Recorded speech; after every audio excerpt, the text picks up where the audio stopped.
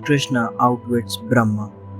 One day, Lord Krishna was in the meadows with his cowherd friends and their calves.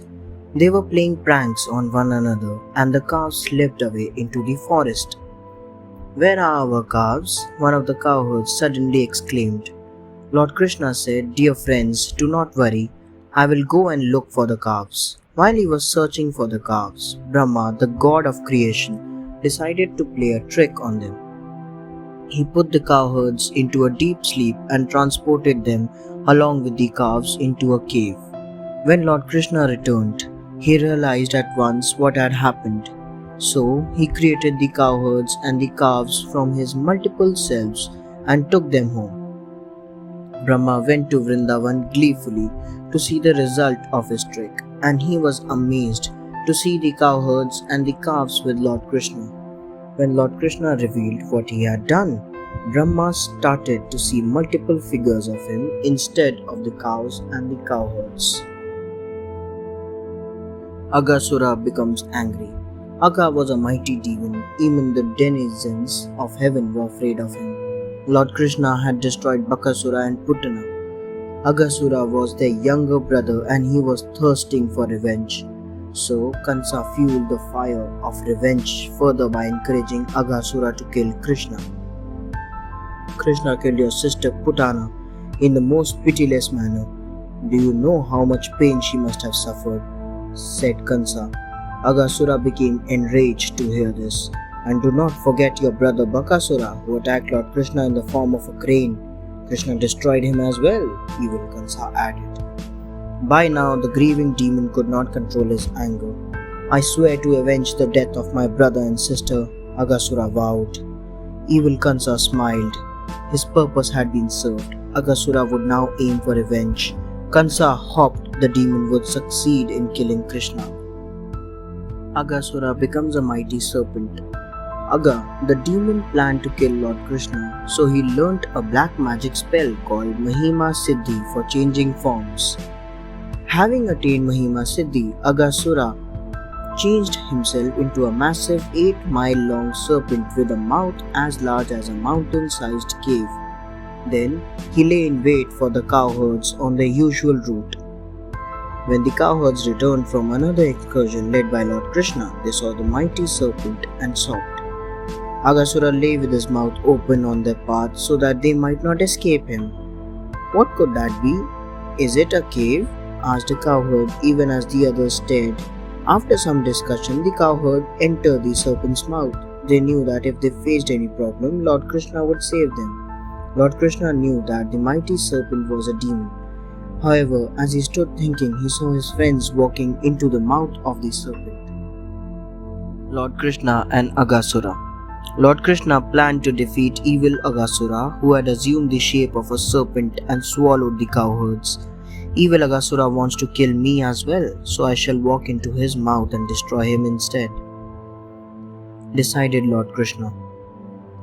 Lord Krishna walked into Agasura's mouth. Seeing this, the gods cried in despair, thinking that Lord Krishna was now finished.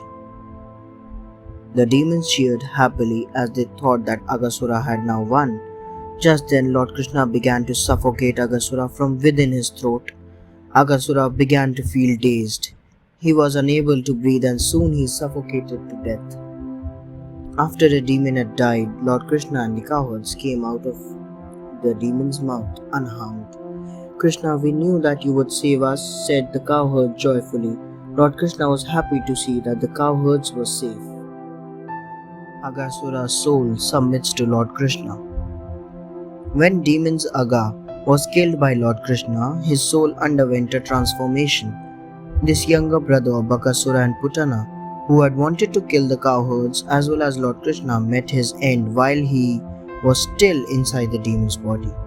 Due to this reason, the evil soul of Agasura was purified. As the demigods and the gods watched, the soul changed into a dazzling light and submitted to Lord Krishna. The light bowed before Lord in reverence. Such is Lord Krishna's divine radiance that even the evil demon wants to submit to him, exclaimed the gods as they cheered his latest victory. They showered flower petals on Lord Krishna and worshipped him even as the denizens of the heavens danced in joy. They recited Vedic religious hymns. Thus, with the death of this evil demon, both heaven and earth rejoiced with happiness and joy. Lord Brahma exalts. Lord Brahma, the god of creation, witnessed how Lord Krishna had killed Agasura effortlessly. Lord Krishna's triumph was praised by all. Lord Brahma said to Indra, "Look at the power of the Lord in his eighth incarnation. Not only has he destroyed an evil demon who was tormenting thousands of people and causing bloodshed and mayhem on earth, he has also shown mercy. The soul of the evil demon was purified because Lord Krishna himself destroyed the monster. All of the heavens watched as the evil demon's soul submitted to the glory of Lord Krishna. The people of Vrindavan were also happy. Whenever Lord Krishna can kill such evil demon at such a tender age, imagine his glory when he comes of age." They all said. The end of evil Kansa was now certain, for all his demons had failed to kill Lord Krishna. Lord Krishna kills Masura. However, Kansa did not give up on his evil plans to kill Lord Krishna. He sent Masura, the son of the demon chief Masura, for destroying Lord Krishna. Masura changed himself into a cowherd and joined Lord Krishna's group that was playing hide and seek. He carried some of the cowherds from the hiding place to a cave. Now Krishna will come in search of his friends. I must surprise him and destroy him, plotted evil Masura. As soon as he noticed that his friends were missing, Lord Krishna arrived at the cave. Masura was waiting for him. "I am the son of the demon chief Masura himself, and I will tear you from limb to limb," threatened the evil demon. The demon changed into a massive mountain and tried to crush Lord Krishna. Lord Krishna handled him with mighty blow and destroyed him. The cowherds cheered yet another victory of Lord Krishna. Lord Krishna rescues Nanda. Lord Krishna dealt with demons as well as gods. Once, his father Nanda went to bathe in river Yamuna. There, the water god kidnapped Nanda and took him to the underwater palace of Varunadev. The palace was huge and all types of sea creatures dwelt there. Nanda was imprisoned within the palace. "My father has not returned yet. I must see what has happened to him," thought Lord Krishna. He arrived at the banks of river Yamuna and divined what had happened. When Lord Krishna arrived at Varunadev's palace, his divine light blinded all the sea creatures. Varunadev immediately touched his feet and said, "Lord Krishna, I am so happy to receive this honor. Those who touch your feet receive freedom from the cycle of birth and death, moksha." Varunadev also apologized for his evil ways and for the water god who had abducted Nanda. Lord Krishna blessed Varunadev and returned to Vrindavan with Nanda. Radha is cursed. As they grew up, Lord Krishna and Radha became very close friends. However, once Radha grew jealous that Lord Krishna talked to a gopi named Sridhama. Lord Krishna was sitting with his friend Sridhama when Radha rushed towards them. Seeing her anger, Sridhama exclaimed, "Radha, don't insult my lord or I will curse you." Hearing this, Radha grew angrier and heatedly said, "I curse you, Sridhama. You shall be born in a poor family in your next life and face many hardships." Angered beyond reason, Sridhama said, "Radha, I curse you to 100 years of separation from my lord." Hearing this, Radha trembled and started crying. Even as Lord Krishna consoled Radha, his heart grew heavy with grief at her suffering. Also, he knew that both the curses would come true, and he felt deep pain for both Radha and Sridhama, whom he loved dearly. Vrindavan fears Arishta. Some time later, Kansa again sent an evil demon, Arishta, to Vrindavan to kill Lord Krishna.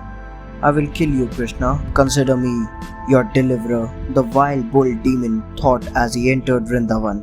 Arishta's eyes glowed with angry red light, with his mighty hooves thudded on the floor as he charged ahead. The demon was so large that he seemed to block out the sun. It was impossible to climb on him because of his huge size.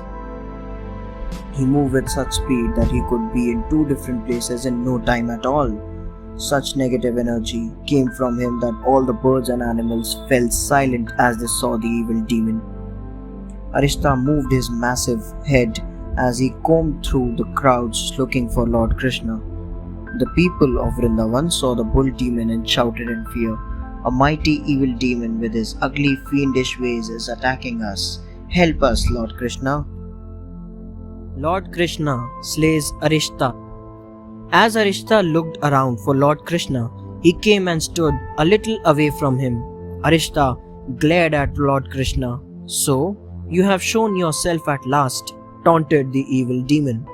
"I am so powerful that I have killed not only calves but also mighty sages.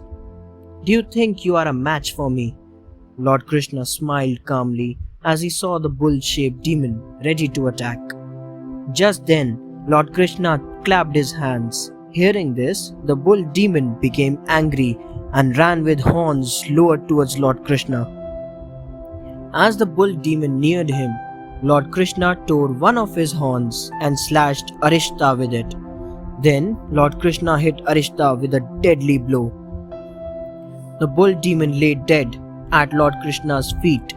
The people of Vrindavan cheered loudly when they saw this. Their joy knew no bounds as they worshipped and praised Lord Krishna. Narad stirs trouble. Narad, the mischievous celestial sage, had been watching the events at Vrindavan with interest for some time now. He was a troublemaker who would often spread stories and tell tales to create problems where there was none. How I would love to tease Kansa with the latest exploits of Lord Krishna. If I do so, it will surely enrage evil Kansa and lead to some trouble, thought Narad gleefully. "Alak Niranjan!" Narad called out his greeting as he reached Kansa's palace. He then narrated Lord Krishna's exploits before evil Kansa. "Narad, you have opened my eyes. Krishna and Balram are more dangerous than I had thought. I must kill both of them before they become adults," said Kansa. The evil demon ruler started plotting how to kill Lord Krishna and Balram. He knew that he must destroy them or lose his life. After so many warnings from all, Kansa's nerves were frayed as he feared his end at the hands of Lord Krishna. Chanura and Mushtika. Fueled by Narad's instigation, Kansa got worried day and night. How can I destroy Krishna and Balram? One day he finally thought of a plan. "Guards, summon the strong wrestlers, Chanura and Mushtika, before me," thundered evil Kansa as he sat on his throne. When the two wrestlers arrived, they fell at his feet to greet him.